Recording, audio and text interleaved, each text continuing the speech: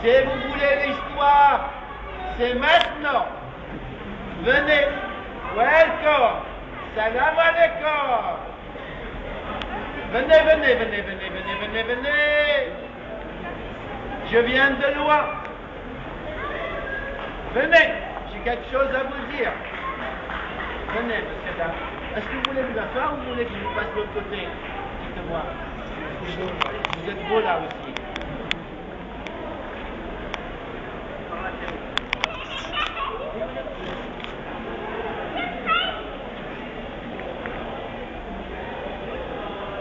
Quand j'étais petit,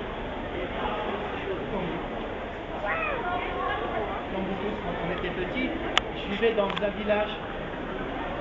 Dans ce village, il y avait ma maison. Et dans ma maison, il y avait ma maman. Et à côté de ma maman, il y avait Fatima. C'est la deuxième femme à mon papa. Il l'a épousée pour aider les tâches ménagères, mais tellement qu'elle est maigritude, elle ne faisait pas l'affaire. C'est pas moi. Voilà quoi. Moi j'aimais beaucoup Fatima qui m'a raconté des belles histoires quand même. Et à côté de ça, il y avait 3 sœurs.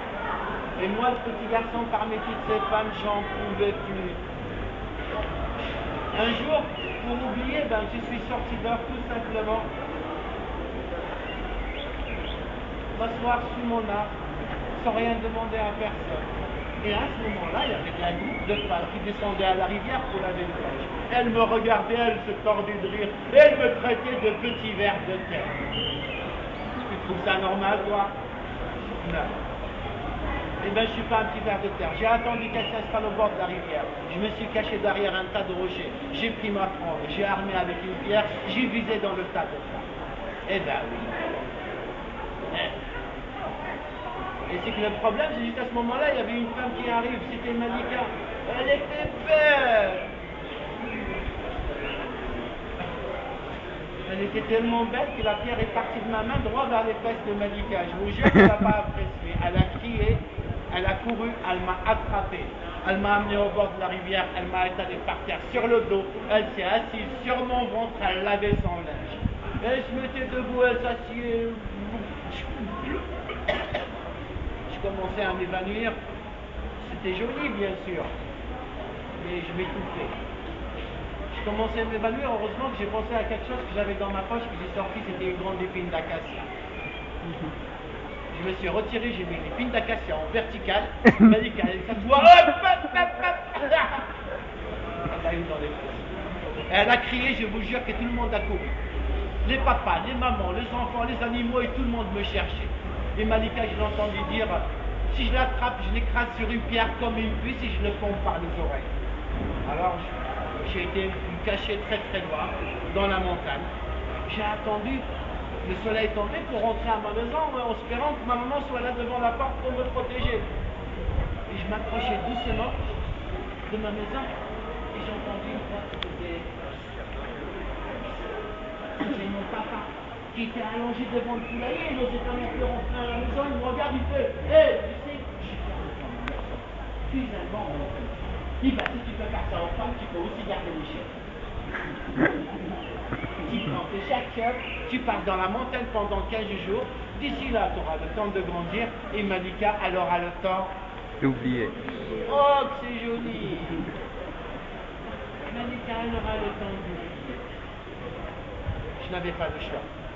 J'ai pris mes 7 chèvres, mon baluchon, un morceau de pain, un morceau de fromage. Je suis parti dans la montagne. J'ai marché, j'ai marché, j'ai marché. Le soleil commençait à se lever, je me suis retrouvé tout en haut. Il y avait un tas de rochers, je me suis assis pour me reposer. Je m'étais endormi. Et à mon réveil, plus aucune chèvre. Même pas ma petite chèvre préférée, Jella. Jella, Jella, Jella.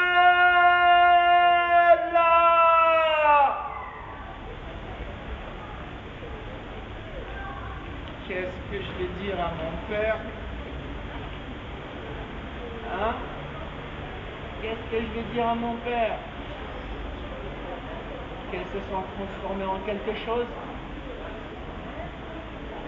Que les chacals les ont mangées?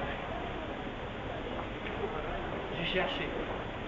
Oh, en bas dans les coins et le recoin de partout, il n'y avait pas une seule chèvre. Le soleil commençait à se coucher et je n'avais pas le choix de rentrer à ma maison en passant à côté de la rivière.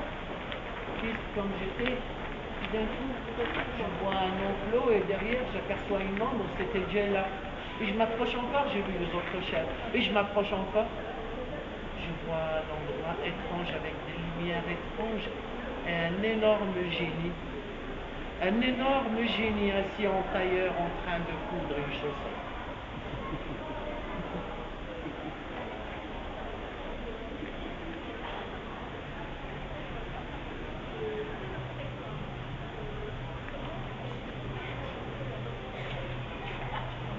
Je récupère les chèvres discrètement et je rentre chez moi le plus vite possible.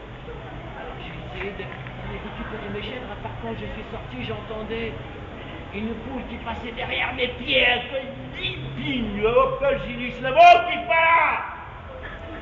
là? Qui va là? Et moi, j'étais là, c'est moi, qui c'est toi? Allez, approche-toi!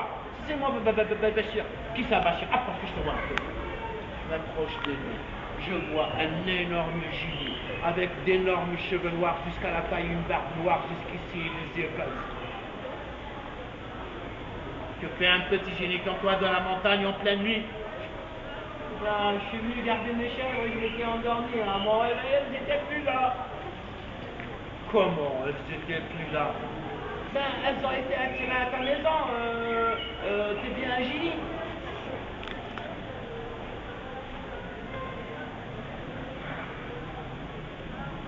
Génie. Allez. Couche-toi et dors, on verra cela demain matin. Je m'étais endormi. Je tremblais. Je transpirais, j'avais de la fièvre. J'ai eu très peur.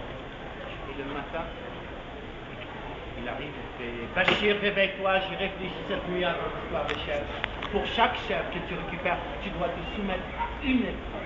Et pour chaque épreuve, tu dureras un jour, du lever du soleil au coucher du soleil. Ça te fait combien d'épreuves, Bachir? Hein? C'est en moi. Combien? Tu peux lui dire?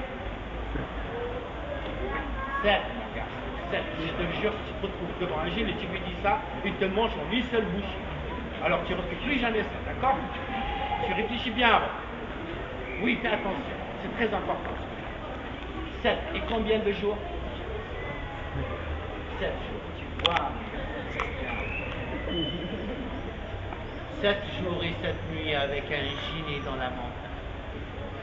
Bien sûr. Mais bien sûr, je ne vous en dirai pas plus pour l'instant. C'est génial pour une fois un berger, il peut faire sa loi, pas.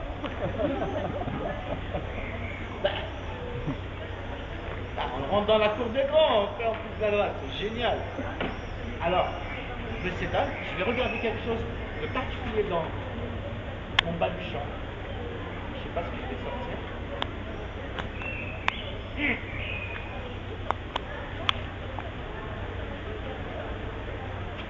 J'ai appris à lire, bien sûr.